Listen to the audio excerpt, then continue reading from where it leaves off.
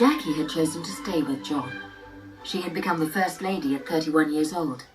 Was this the start of a new dream?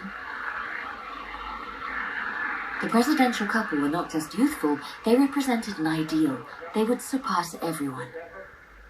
And I can assure you that every degree of mind and spirit that I possess will be devoted to the long-range interests of the United States and to the cause of freedom around the world. She loved powerful men. She was proud of her husband, of his sang-froid, his command of every situation. She was proud too of his fight for black civil rights and for receiving their leaders in the White House, led by Martin Luther King. Jackie helped him too with her support of the Hispanic community.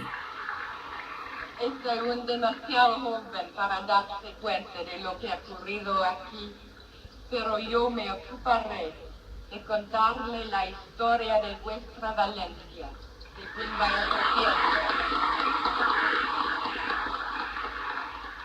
Je ne fais pas des discours, mais j'aime beaucoup rencontrer des gens, parler avec eux, voyager avec mon mari. C'est la seule façon où je peux le voir.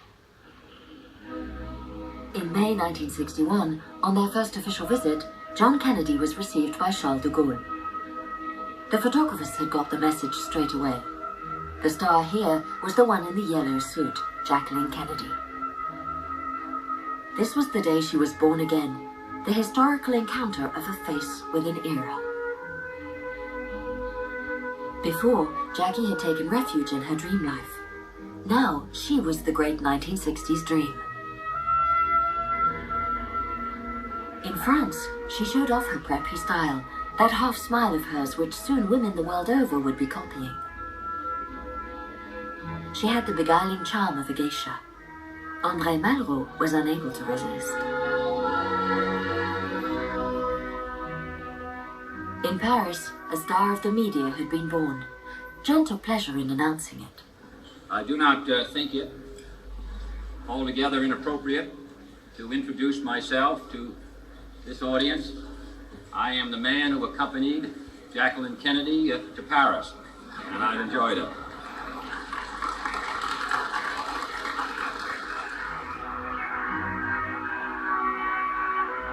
Her iconic status became worldwide. When John traveled abroad on his own, he met with the same placards.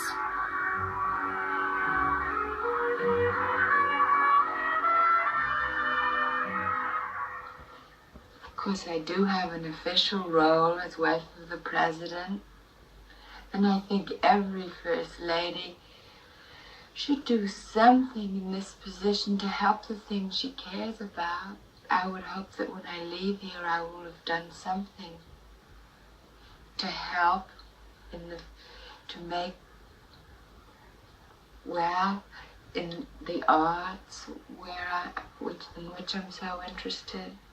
Jackie was now able to impose the restoration of the White House, to build her dream. She wanted to turn the presidency into the new kingdom of Camelot. When her work was done, she invited 60 million Americans in to discover this kingdom. Right into the heart of the White House, the Holy of Holies, Abraham Lincoln's bedroom. I love living in this room. Are all the pieces from Lincoln's time? Ah, yes, they are. The most famous one, of course, is the Lincoln bed. Every president seemed to love it. Theodore Roosevelt slept in it. Legendary evenings had to be held in the Kingdom of Camelot. Jackie invited Pablo Casal, Leonard Bernstein, or the violinist Isaac Stern, who gave memorable concerts.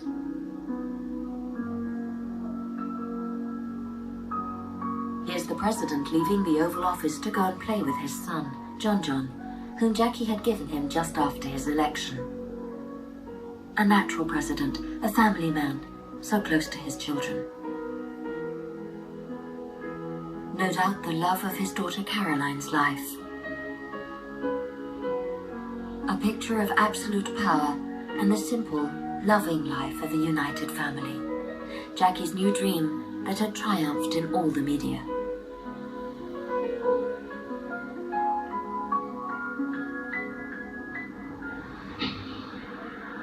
A dream that was constructed painstakingly for the cameras and projectors.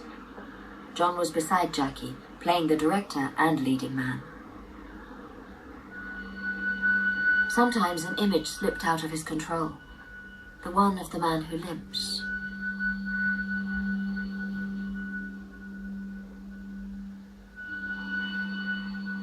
His Addison's disease still required its daily injections, but there was also the venereal disease he had caught as a young man and which resisted antibiotics.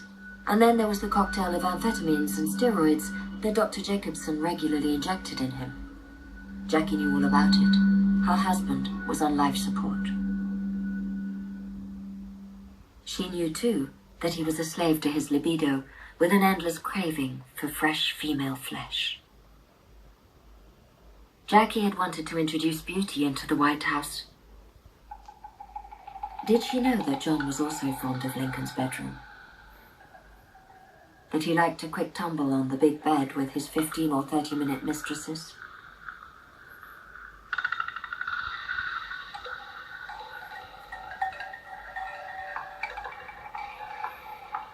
Did she know that her every move was watched by bodyguards, armed with walkie-talkies?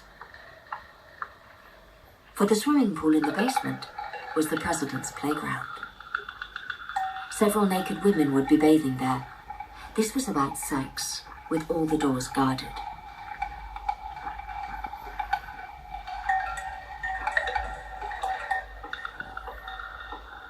Was she scared about what she might find one day if she pushed open one of the doors, of a scandal that would smash the new dream?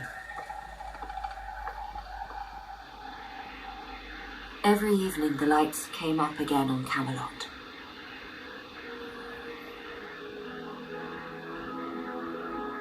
That time, their host was the French writer and minister André Malraux. It was yet another evening devoted to art and beauty.